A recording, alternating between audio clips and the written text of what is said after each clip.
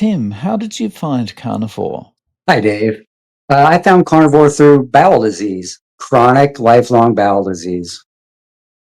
Um, I suffered, August 1st, 2019 was kind of a turning point. That's when I had a nervous breakdown, left my wife, family, and just went and hid. But prior to that, I had suffered bowel disease most of my life. It got worse and worse over time. Um, I drank alcoholically till I was 40. Um, And I always thought my bowel disease was probably mostly tied to that. However, I just celebrated 21 years of sobriety. It really was about 10 years into sobriety where my health started to deteriorate really bad. Mostly because I tried to eat right and better. I was changing my life and fruits, vegetables, trying to just be healthier was the wrong solution, as we know today. And of course, I had no idea what I was doing.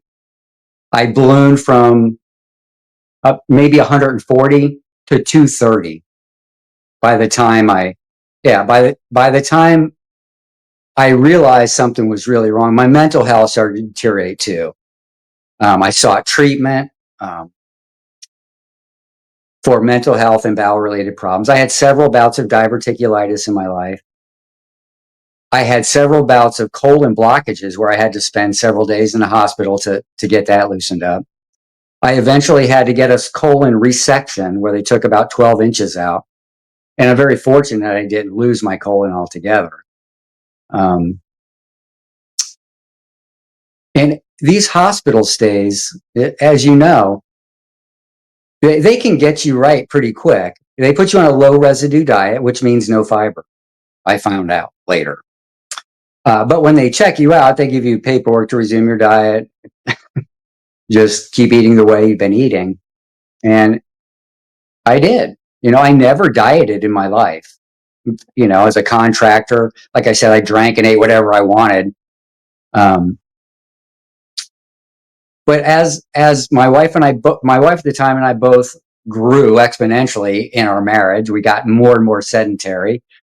Both of our mental health started to go down, and we both sought treatment from psychiatrists and counseling. And that's when the medication started. Lots and lots of medication. Um, we live life forward, but understand it in reverse. So there's been a lot of retrospective looking back, what caused all this? And, we find these solutions in this carnivore diet that are so ridiculously easy.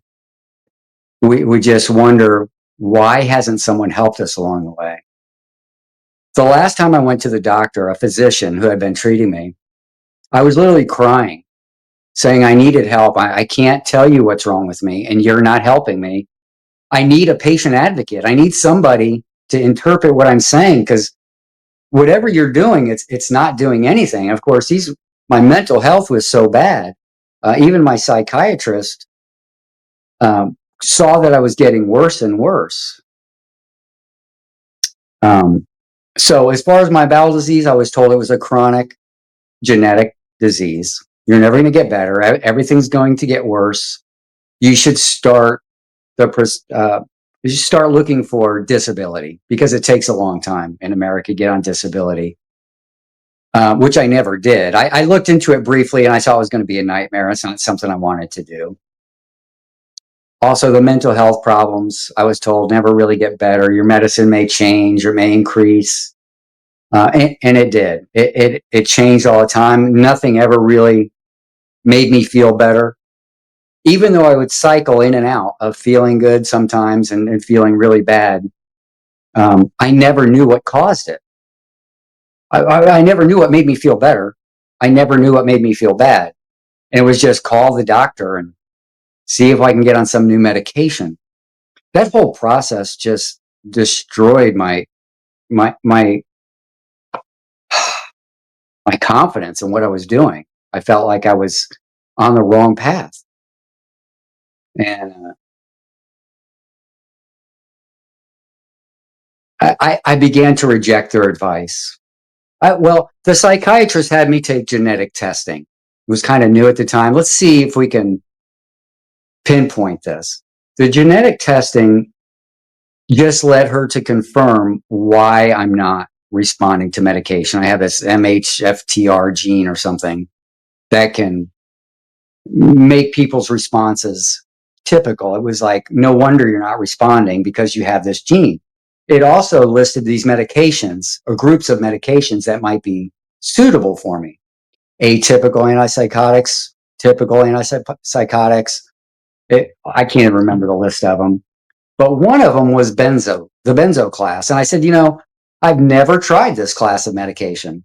Why, after 10 years, haven't we even gotten into this? I'm really thankful that she wouldn't do it. But I was kind of insistent on it at the time. It was like, I've looked this up. This seems to be the number one medication that's helping people for all the things I'm complaining about. Why won't you put me on a Xanax or whatever? Valium, Klonopin, I don't know. And she said, I just don't think it's right for you. Well, I found some. A friend gave me some. And I had enough to break into pieces and tried them on my own. And it was fantastic. I have to admit, I was working, I'm a paint contractor and carpenter and drywaller, and everything was great. I felt fantastic. And when I went back to the psychiatrist, I told her what I had done, and she kicked me out of the practice. You're going to kill yourself. You've gone off the rails. We're done with you. Whew, boy, that was a rude awakening. I said, I can get these. I can get these on the street if you want me to, but I don't want to. I don't want to do it on my own. They're highly addictive. And if they cut me off, the guy cuts me off. I don't want to be buying drugs on the street. I guess it was just a way to prove to myself I could get better or something. Eventually, August 1st, 2019, I had a nervous breakdown. I was alone at my house. There were some, family involvement at the time, and I really don't want to talk about it. It kind of pushed me over the edge. They had been watching me decline as well and were concerned for me, although they didn't know what to do. They thought I was working on it with doctors and things would get better. They accused me of all kinds of things, doing drugs. And at this point, I had lost 130 pounds. I lost 130 pounds before I ever heard the word carnivore diet. It was due to stress, mental health, my collapsing marriage, no work, just a whole bunch of things. My health was really bad. I started dropping 5 pounds a week. Well, what happens when you don't eat? Well, we know today it's called ketosis. Ketosis feels good, doesn't it? We know that today. It's a fantastic feeling. And I'd never heard the word. I was accused of being on stimulant drugs because even though my health seemed to be collapsing, I felt fantastic. I actually thought I was in extended mania. I had been diagnosed with some bipolar and major depressive disorder. I isolated. I couldn't leave the house.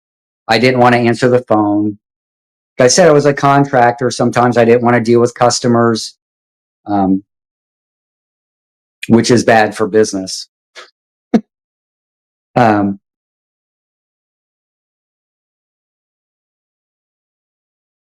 but once I lost my mind, I called a friend in AA. Like I said, I've been sober for 21 years. I called a man I knew in AA, and he told me to come over. And I spent the next year and a half at his house. What I didn't know was he had slipped in his sobriety. And he and his brother were in a terrible state of drug and alcohol addiction. And at the time, it probably wasn't the best environment for me to be in, although I had no desire to drink. He basically gave me purpose in life. I spent the time helping them around. They had quite a large property, a lot of grass to cut, a lot of woods, a gigantic built-in pool. I painted his whole house. I enjoyed it. It gave me something to do. And when I left my house, I left my medications, and I never took medications really again. I didn't take any psych meds again. I was, like I said, in this state of mania all the time. I could barely sleep. I'd wake up ready to go. Things were happening to me that would happen on the carnivore diet, feeling good about things. And I had no idea. I had no idea what was going on. I was going to my regular meetings, telling people how good I felt, but it's still something was wrong. Why would I take these medications? I was cycling in and out all the time anyway. If you're going to cycle in and out of mania and depression on or off the medication, what's the point of taking it? Was my theory. Is like, I feel better and more consistent off the medicine now. My faith was growing at the same time too. In 2017, my wife and I were baptized, and we recommitted our life to Christ. And I was pursuing that at the same time. Like I said, I could hardly work or leave the house. And what did I do? I pursued my faith. I pursued the stuff about bowel disease. I looked up all my medications. I looked at all the reviews. What kind of success were people having? I realized some people could hate a medicine and some people could love it. It was a miracle to them. And really, nobody knows what's going to happen. Even the doctors, when they prescribe it, they're hoping it's good for you. If it's not, just get another one. This proved to be so burdensome. Some medications were even prescribed for their side effect, right? For instance, gabapentin was prescribed for sleep. And when I took it, I was up all night. And the next day I called him and I said, well, you gave me something that kept me wired. And she goes, well, I'll take it during the day then. So they don't care what it does to you. It was just ridiculous. At this point, I'm thinking, do you even know what you're doing? So I had to find out, what's a side effect. Do you know what side effects are, Dave? There are anything that happens to someone during a clinical trial that's used to take a medication to market, right?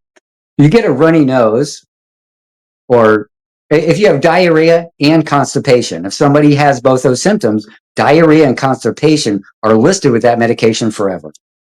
So all they got to do is look through what happened in these side effects and say, okay, well, let's use it for that. So, if diarrhea was a side effect, then it can be sold as a laxative or something. Exactly. And that's true with any of these side effects. If it happens during the clinical trial, those symptoms stay with it, or those side effects stay with that medicine forever.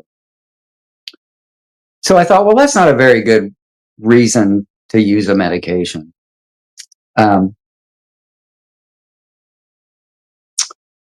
So I'm going to go back to my friend's house. This is where I really started to work on myself. I abandoned the foods I never really liked anyway. It was mostly fruits and vegetables. I've always been a meat eater. It's never been a miracle cure for anything. Maybe it's what made me feel good over time.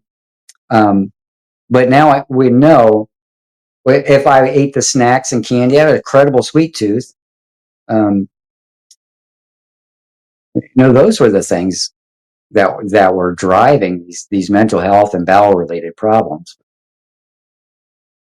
So I left that environment. I got a small apartment, about 20 miles away in a small town I'm not really familiar with. I still live here today. It's been almost 5 years.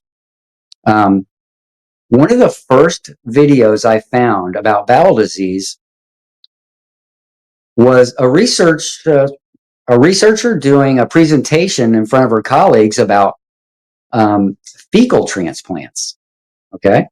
So where they were extracting fecal matter from perfectly healthy people who have never had psychiatric problems, right? They dehydrate it, capsulate it, and they were giving it through a controlled trial to long-term treatment-resistant psychiatric patients. And she said that it was so effective that they canceled the trial on humanitarian grounds and started giving it to all the patients.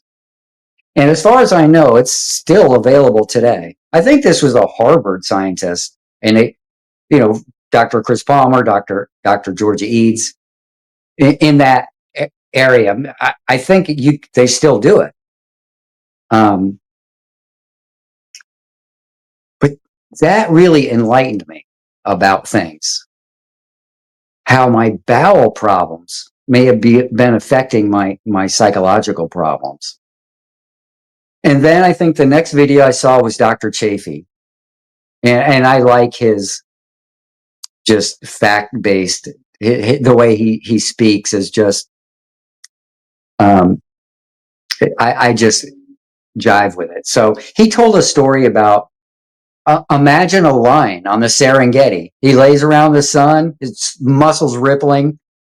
He gets up, his pride gets a water buffalo. He gets up, eats for a day, goes down to the water, gets a drink, rinses his beard off, mates for the rest of the day, and goes back to the shade. Skips the gym, the doctor, muscles glistening in the sun. And I just thought it was so funny and such a great example. I've used it quite a bit to tell people, um, we're carnivores. And that was his point. We are carnivores. And if you eat that way, you will be fit. You will be strong. Um, and that's what I was looking for, just to regain my health. And that's all it took. I really didn't have to eliminate that much. As a contractor, I would drive to different jobs. I may work somewhere for a month. I may work somewhere for a few days. But there was always a McDonald's there, and I loved McDonald's. I ate the hamburgers at I never ate anything other than hamburgers or quarter pounders. And when I ate that way, I didn't have bowel problems. McDonald's made me feel better. Now, that was shocking to my ex-wife. She would not accept that. You cannot eat that and feel better. You're crazy. And I didn't care. I felt fantastic. And sometimes I would travel and I would stop and eat before I even went to work. And then I work nights sometimes too. I worked for our local uh, mental health place in northern Indiana is the Bowen Center. And they hired me to do all kinds of work for them, psychiatrists' offices. So I'd go at night, empty their office, and repaint them by morning.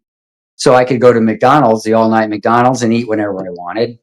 And I did. And I enjoyed that. But I had no idea what was going on or why I was feeling that way. Well, it wasn't until I got the instructions and I dropped everything and just went to meat. Um, and as we all find out, it's so easy. As a single man, just cooking meat for myself all the time, um, it doesn't take that much. Um, it's not that hard. It's not hard. It's so easy. It's very difficult to explain to people what you're doing. Nobody wants to hear it. We know we all just want to scream it from the rooftop. But my experience in AA was the same way. When you get sober after 30 years of chronic drinking and people know who you are, and that's when you eliminate that from your life and you tell people how much better you are, they don't like it either. They can say, I'm doing what you used to do and you're bad mouthing it now. So you can make them feel uncomfortable with your success about something they're still doing. And I find the same thing to be true in this environment. When you tell people you don't eat carbohydrates anymore because they're not essential and you'll feel fantastic, well, they're not that pleased about it. I think everybody listening that's a carnivore has experienced this. And so you can't be brought down. When I'm around alcoholics, I always try to lift. I try to explain you can do it. And it's the same way with the food. People don't want to hear it, but all you can be is an example, right? Yeah. So for you, like the full change over to carnivore, how long ago did that happen? Um, February of 2021. Like I said, by that point, I had lost 130 pounds. I was feeling better. And like I said, I thought it was all because of psychiatric problems and prayer. I asked for help. Um, Prayer was answered. I mean, I believe in miracles today. That's why when I watch your videos, David, your videos play like daily miracles to me. When people pick up their mat and walk, go, you're not sick, right? Um, it's that simple. Um, I, I choose to make it that. I choose to look at them as miracles because it makes it easier for me with my faith. So why not? You know, and I would, and I just wish people would just look at the information. Everybody wants to run to the doctor. We know this, and they're not going to tell you this. When you tell them, they just want a customer. Whatever. You're a conspiracy theorist. I went from being completely sedentary with no interest of anything in life, and on carnivore, I love life. I can't find enough things to do. I can't stay. This is going to be the longest time I sit down and to do this. I'm usually, you see my skateboards back there. I'm 61 years old, and I just started skating in 2019, 2020. I got into it for photography and some videos, and I pulled out my old skateboard, and then I realized how much fun it was. It was good. I was making my legs strong. Um, I ordered my first board in the spring of April of 2021 and just started. There's a small skate park where I live. It's not really a skate park. They have metal ramps. It's more of a BMX park, but it's got some flat ground area where you can practice. And, you know, now I push around the neighborhood and I'm just a local older dude that skateboards all the time. It's a way to meet and engage with people, especially young people. It's kind of cool. Be the old dude. I got my Dickies skateboard hat, and I got a bunch of different really cool skateboard shoes. I like the clothes. Um, So when you got started in February of 2021, you had already started feeling better because of this kind of the reduced eating had put you in a state of ketosis and feeling better anyway. But like, was there a point after February 2021 where you went, "Oh yeah, this is really the way that I should have been eating the whole time"? yeah, yeah, well, absolutely. I would say my bowel related problems began in my mid 20s. It's where I would miss work. I was a painter. My older brothers were painters, so I worked for them. I apprenticed for about 10 years, and I would routinely miss work. But remember, I was a drunk. I drank alcoholically, not during the day. I was always an afternoon drinker after work. The first stop was the liquor store to get a six pack or whatever. And then I would eat dinner and just drink myself to sleep every night. I might wake up in the morning not feeling good, but I was never a daytime drinker. And you know what's funny, Dave? My sugar addiction, once I got into sobriety, um, they encourage you to consume sugar at the meetings as there's candy all over the tables because it can take off that edge. You're missing the sugar, so have some.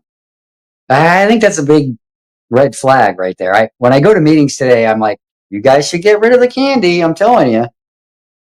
And I just naturally came to the conclusion that, well, Dave, I say a lot of provocative things, maybe even in your comments. I don't think alcohol is the driving force in addiction with liquor. It's the sugar. It's the only drug of addiction where the addicted person doesn't want the strongest version of it. People don't go out and buy Everclear, which is 190 proof alcohol. Nobody drinks that.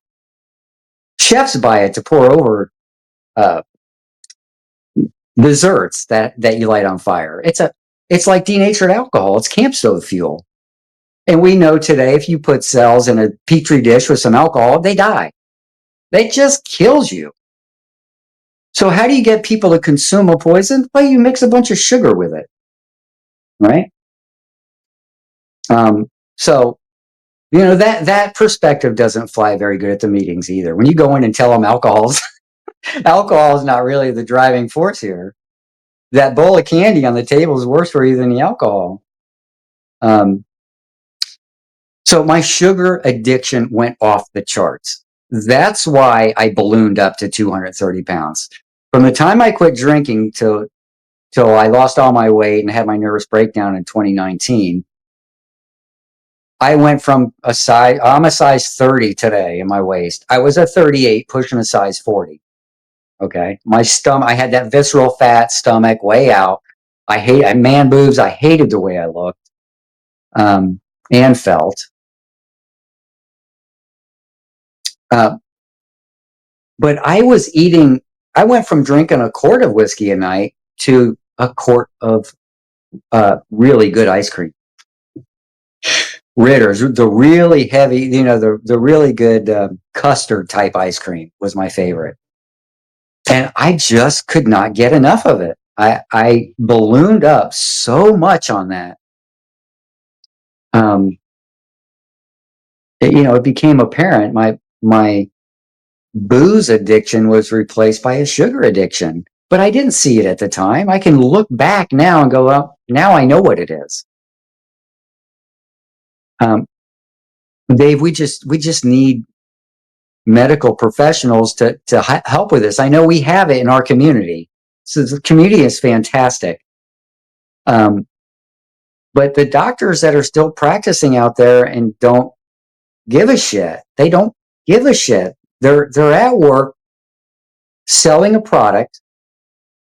It's a capitalistic endeavor. I choose not to participate anymore. The last time I got my blood work done, a couple of years ago, it was about 3 years into carnivore. Everything was perfect except the LDL, the cholesterol was high. They called me the next day and said, doctor recommends a statin. I said, I understand. Thank you. I'm not interested. But I remember at that meeting, I wanted to tell him so bad what I was doing, but I just couldn't do it. But just before I left, I said to him, because he could look on my chart and see I had been chronically ill. What about this medication? What about that? Are you still taking this? No, I don't take anything anymore. And I don't have any of those illnesses anymore. And I said, all I did was I eat the standard American diet from 100 years ago. And he said, good story. And that was it. And I walked out. So I'm going to do it again. I think this week I'll probably try and get my blood work checked again. And really the reason I had it checked, when I told them that I had been chronically ill and now I'm chronically healthy. And I want a marker of my blood work when I'm perfectly healthy. Let's just see what it looks like as a healthy person. So that was, the reason for the visit. Right. I'm going to do that again this week, just to keep an eye on it, make sure there's nothing going on. I've been under the impression I'll never get sick again, but who knows? I don't know. Dave, are there carnivores contacting you saying, "Oh boy, it was a real disaster. I had to go back to carbs"? You got any carnivores? Yeah, I'm beating them off with a stick. It's like 300 people every day. It's a nightmare. Um, so, uh, did the chronic bowel disease that you were experiencing, did that go away after the operation, or did that really only resolve after you started carnivore? After carnivore, as a matter of fact, after my colon resection, I'm not sure how long it was, but I was traveling to a NASCAR race with some friends in a motorhome from northern Indiana to Bristol, Tennessee, to see the Bristol race, which I had been to a few times. And I started to feel queasy. None of us drank, right? there was no drinkers. We smoked a little grass, and I started getting an upset stomach. We were looking for a hotel to stop for the night. And out of the blue, I volcanoed coffee. The coffee I've been drinking came out of me like a volcano. I mean, it just sprayed like a fire hose. I could just feel my stomach just contracting, just boom, boom, get this out of me. And it hurt so bad. They drove right to a hospital. They took me right into the emergency room, and I was having a colon blockage. Okay. Now, they kept me on fluids all night and gave me morphine, which helps really quick. Every time I go in the hospital, if they give me morphine, it works like a charm for that bowel disease. And luckily, by morning, I was able to resolve it. I had a small bowel movement, and they released me. And I went on to the race, and we had a reasonable time. It was, I didn't feel that good, but the next one I had happened at home and in bed, and I couldn't get out of bed. I had to call an ambulance, and I spent 4 days in the hospital that time with an NG tube, keeping fluid off my stomach and waiting for a bowel movement. Right? You couldn't eat. They couldn't give you anything. Ice chips. Maybe that's about it. Dave, I just looked on my phone. I tried to find my medical records because I was going to try to refer to some things. And in reference to that visit, it said I came in with a colon blockage, but no colon blockage detected. Constipation. Okay. Now, that was in the paperwork I just looked at yesterday from this, I think it was 2017, 2015 or something when this happened. And I don't remember them telling me that, not there. The doctor that saw me told me that colon blockages are one of the most painful things you could ever experience, more so than passing a kidney stone. And I'm like, oh, I can believe that. It was absolutely astronomically painful. But they never told me that it was just a constipation. Are you kidding me? You know what? I ate a bucket of popcorn the night before. To me, that's probably what it was. 2 days into it, you could see it coming out of the NG tube, the clear tube that was down my throat. It was a constant suction. You'd see popcorn in it. So it was clear. I don't care what they put. I know it was a colon blockage. You don't spend 4 days getting IV fluids with a constipation. Maybe you do. I don't know. I feel smarter than a doctor today, don't you? Yeah, what really strikes me about your story is when you had the resection afterwards, they put you on basically a no fiber diet, right? Or Oh, oh no, no, no. when you, When you go in for the bowel related problems, they in the hospital you're put on what they call a low residue diet, which is no fiber. They don't tell you that. I had to look it up. A low residue diet is a no fiber diet. So they know how to make you feel good in the hospital. They know how to eliminate that. But when you leave, they give you paperwork to resume your normal diet. Eat, they don't think fruits and vegetables are bad for you. So they want you to resume, right? It's the standard it's operating. it's just like there's no critical thinking at all. They know what works, but then they just go, "Well, just do whatever you were doing before anyway." It makes no sense. I know it. I know it. Which makes me think, I have a way of putting things that are kind of provocative. Like there's no animal based hospitals. Every hospital you go to is a plant based hospital. It should be Kellogg's Hospital, Kellogg's Cornflakes Hospital, or M&M's Hospital. If you go to the grocery store and you look down the aisle and it has that sign that lists all the products that are in that aisle, ketchup, pickles, whatever. They could change that sign out with the disease that aisle causes, right? The diabetes aisle, the bowel disease aisle. Well, they're all the bowel disease and diabetes aisle. There are no illnesses or diseases. Everything is just a carbohydrate toxicity and malnutrition. Alcohol is not addictive. You know, I've got a way of putting these things that sounds so crazy. People just think, yeah, you're him. But that's okay. That's just my style. I'm only going to, you know, when I would go to the doctor, it's pretty common. They just sit there at their computer listening to you. And I realized, okay, I can talk without a breath for maybe 45 seconds. As soon as you take a breath, they turn on the computer and they start typing. They get up and leave the room. And then some girl comes in and says, your prescription's at the counter. You never get to talk to the guy again.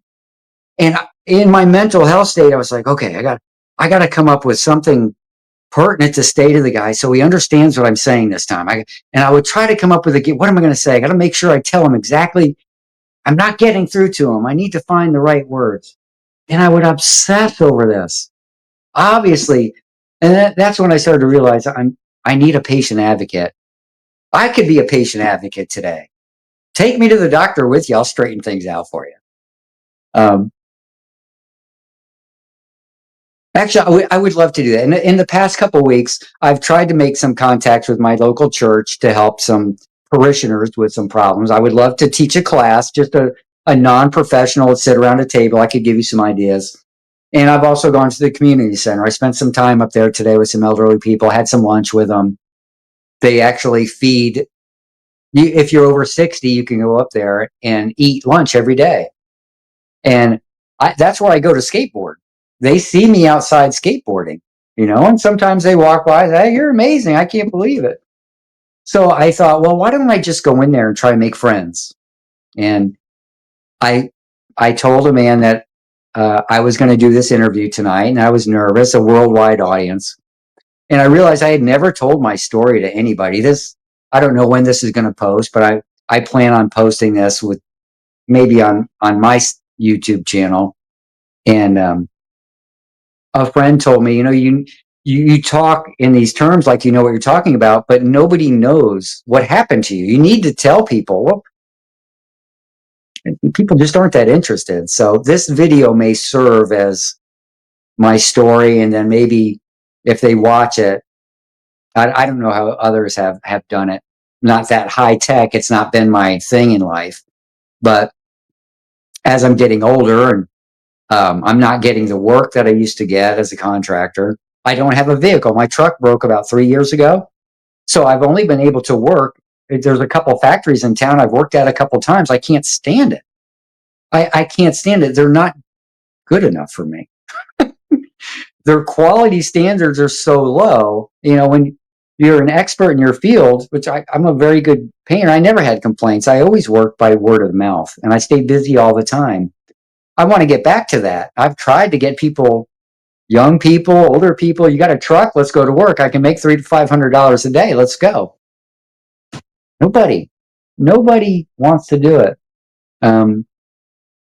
So I've really been suffering like at the lower end of the economic scale. It's been kind of hard. I'm on food stamps now, which you can do carnivore on food stamps.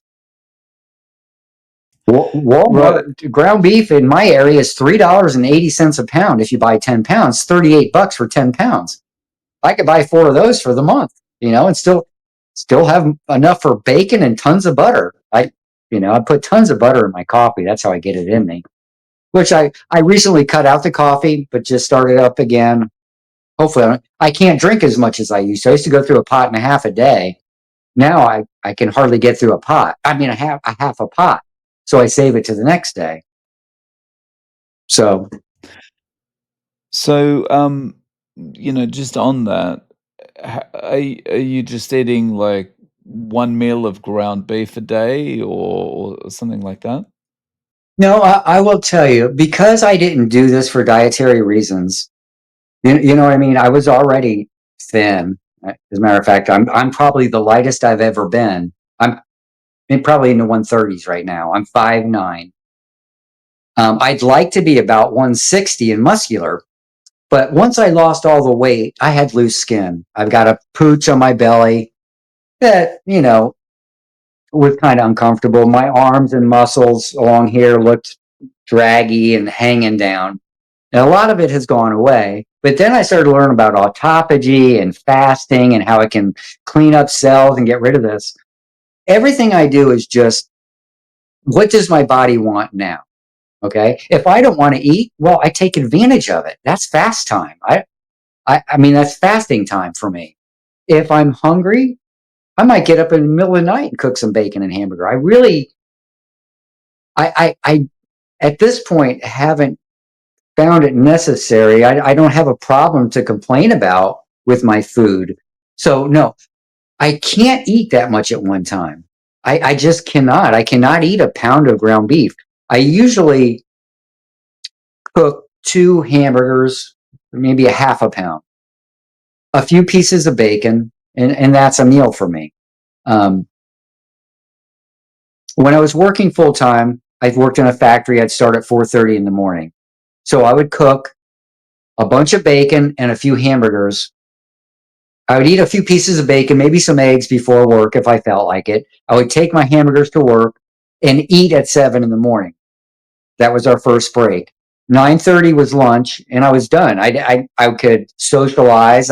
I lived across the street. I could go home to use my own bathroom if I wanted to, um, or just go home and eat something at home. I would ride my bike. I had a half hour of free time, and then when I got home, I would skateboard and then have another bunch of bacon or hamburger. And I will tell you, I I wanted to get back to a regular standard American diet. I wanted a pizza, I wanted hamburger buns. I wanted to experiment with rolling things back in, and it just doesn't work. I don't. I'm so afraid if I ordered a pizza and ate 2 or 3 pieces tonight, woke up the next morning and had a few pieces for breakfast, and then ate the rest when I got home from work. That's 3 meals. My whole bowel is going to be full of pizza, and it's not going to be pretty. Um, so what I would do is maybe eat a couple pieces and then put the pizza in the freezer. And maybe I'll have a couple pieces in a few days, but I got to get back on the meat. And I would do this over and over. I would get some chips and salsa and try that because I love that. Mexican food, tacos. Although I never got lettuce again. I would get cheese, salsa, and make my own taco meat. I just really thought maybe I could get back into some dietary means that other people wouldn't be so freaked out about. I guess I just thought you could get healed and start over, but that's not the case. These things are just completely, improper for my body. I just accept it now. And so this my newfound poverty has really put me in a just eat meat. That's it. It's easier, faster, and if I spend my money on a bag of chips, I'm going to run out of food money. There's no nutritional value in it. It's kind of psychological because sometimes I'll go to the church and get some handout food. They'll give me all the carbs I want, bags of rice, pasta, potatoes. That's the standard free food. And I'm like, man, don't you got any meat? And occasionally they'll give me some meat, but they can't provide all that. I'm like, if you guys just gave everybody meat, you'd save so much money downstream on the medical end, but that's not their purpose. You got to fill bellies. And I understand that. I'm so grateful that they're there. These volunteers, I become friends with them. Sometimes I'll stop in just to say hi. And to, just let them know they're doing the Lord's work. Well, there's a few things that I found out about. Like one of your interviewees talked about mast cell syndrome. Are you familiar with this? Okay, I was several years in the carnivore before I heard this term. And when she described the symptoms, bells were going off. The tingling in the skin under my arms, I would always feel this. I would describe it to my psychiatrist as like touching a square battery on your tongue, that 9-volt battery, that little tingly feeling. that's what I would get through my arms and my hands, sometimes through my chest. A couple times in my life, I got gigantic, odd shaped rashes, red hot rashes on my thighs, my chest, my back, around my neck. They're like a spotted cow, just kind of odd shaped. And you could touch it and they were hot. And it was kind of scary. It was like, what is this?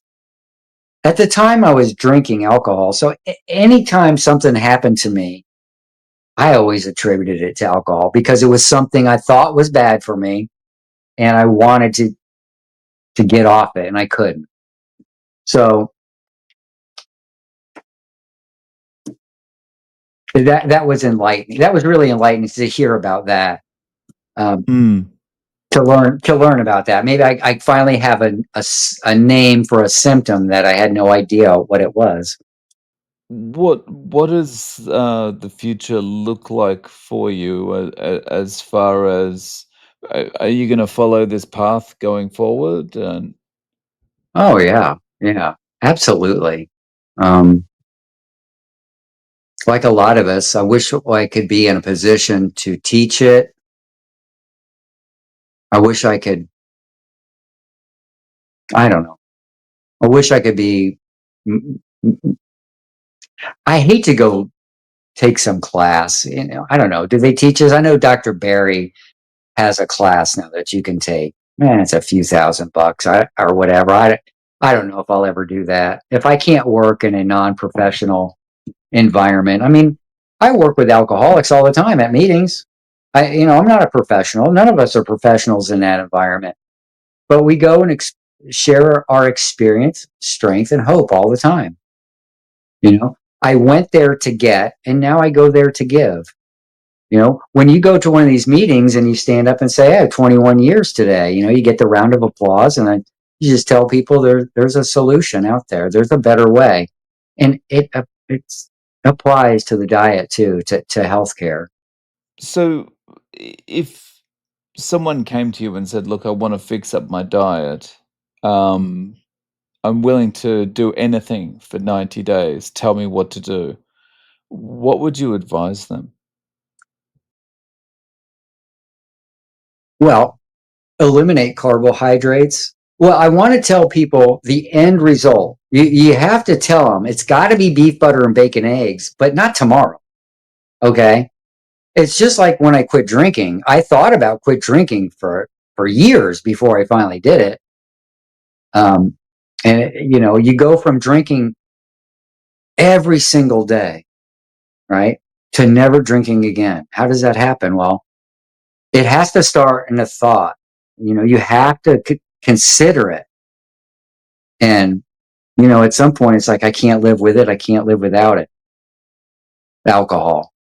Um, I I would say to somebody, you got to get to this, but in order to get there, you're going to go through sugar withdrawal. The keto flu is sugar withdrawal, and if you're a big plant eater, you might have oxalate dumping. I wasn't a big plant eater, so I don't know if I experienced that. If I did, I didn't know what it was, and I don't have any recollection of any oxalate dumping. Um, because my transition was so slow and unknowing. I didn't know what I was doing. It was kind of more of a natural. I went from being married to not being married. I could eat whatever I want now. I can cook for myself. Um, and I did try to tell my ex-wife, but I had such mental health problems at the time. She looked at me as I was still a six-per. She probably thought I was talking crazy. Yeah. She's not in my life today. Um, I don't know how she's doing really. But we both had the same problems. We both had the same mental health problems. We were both obese. We were both sedentary. Um, but I would say try to eliminate carbohydrates. Always eat your meat first. The meat and the protein is got to be mandatory. Try and fill up on it as much as you can, because as we know, you can consume pizza and bread and pasta beyond satiety. You never reach being satisfied. So if you can fill up on your meat and stuff first, and then, with purpose and intention, just like with the alcohol, you have to convince yourself what's good for you and what's not. I know some people just go cold turkey and can have success that way too. I would just say that's an option for people. If you can just go beef butter, bacon, and eggs tomorrow, good luck. Start it right away. I think the results speak for themselves. Once you get there, like us, if we go back, I don't know about you, Dave, but if, like I said, I tried to go back, it always knocks me back. You know, it always sets me back, and I'm convinced more than ever. The longer I do it, it's the proper human diet. Um, Yeah. Yeah, definitely. Um, so, um, Tim, if people want to reach out to you, is there any way that they can get in contact? mm, Tim Nestor at Gmail. If they want to send me an email. Now I have a YouTube channel called Carnivore Caveman. Uh, the only content I've been putting on it is just skateboarding content.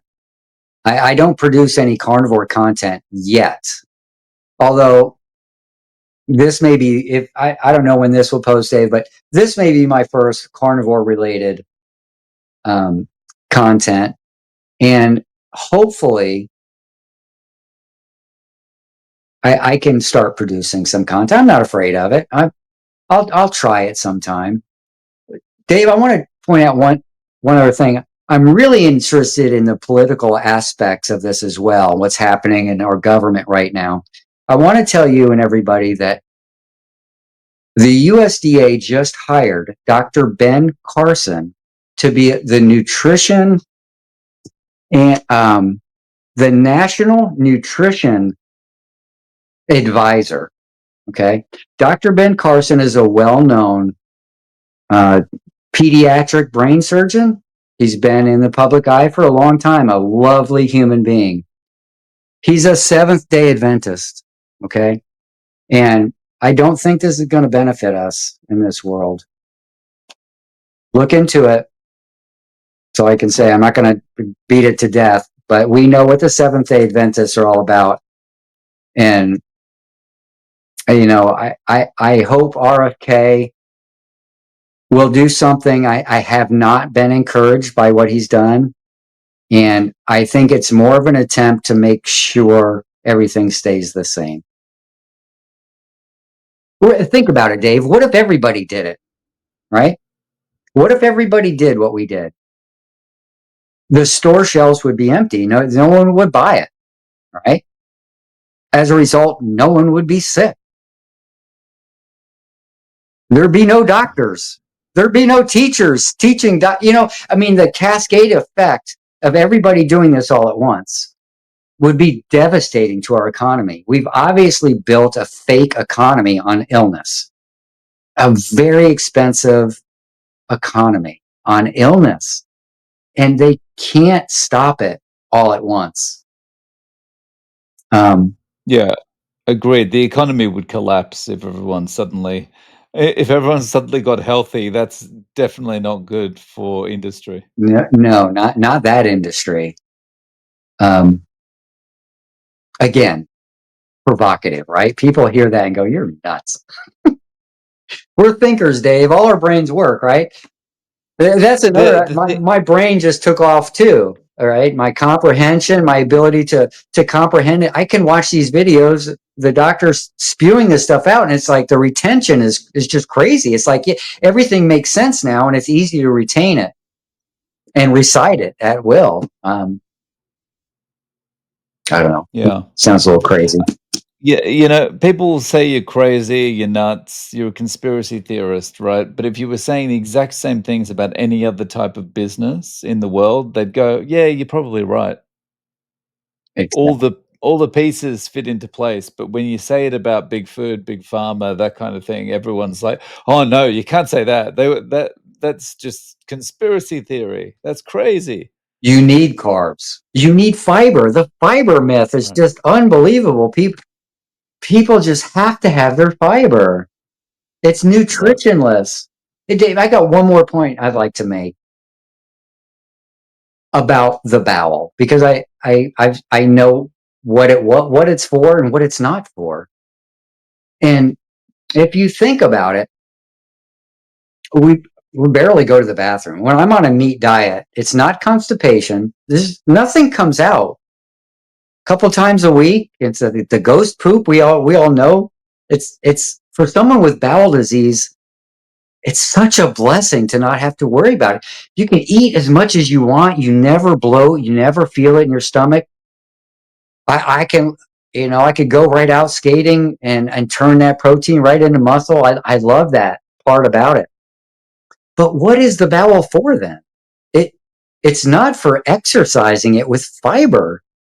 you know, why would we agitate or utilize our bowel for something just to exercise it? It doesn't make sense to me. Your ability to pass things through that you're not supposed to eat, your ability to get nutrition from carbohydrates and then exit the fiber, it's a gift from God. It's a way in lean times to be able to consume something and extract some minimal nutrition from it, and then it's a waste. So it seems like the number one indicator that you've ate the wrong thing is you went to the bathroom. If you poop, you ate the wrong thing. You know, I mean, that's just one way to look at it. Yeah, that's a good point. I think, imagine, God gave us free will. We can put anything we want in there. But what about a baby? What about a baby crawling on the floor that finds an old watch battery or a bobby pin? How is that going to come out? Well, there's a way. God gave us a way to get rid of it. We're going to put things in our mouth that aren't food, especially if you're starving. You may consume things that you shouldn't. Um, I think it's just a way to correct a mistake, so you don't die from eating things you shouldn't. Um, I don't know. It's just a different perspective. So Mm. No, so Tim, I'll link to your email and your channel in the show notes. okay. Um, Thank you so much for coming on and sharing your story and experience. I really appreciate your time. Thank you so much, Dave. You're doing good work, and I appreciate what you're doing. You're spreading the good news. Thank you, and all you wonderful people watching. Thank you too.